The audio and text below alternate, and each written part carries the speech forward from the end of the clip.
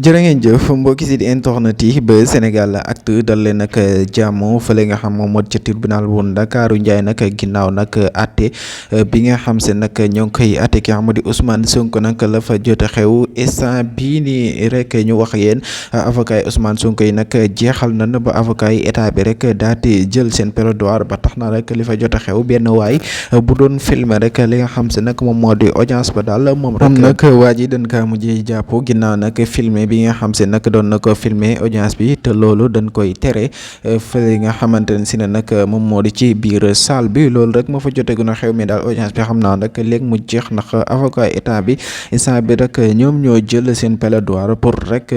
ñu wax rek ñoom ñi nga xam moom moo di avocat yi état bi jaa ngi jëf di leen wéy di abonné ci chaîne bi ba Sénégal Actu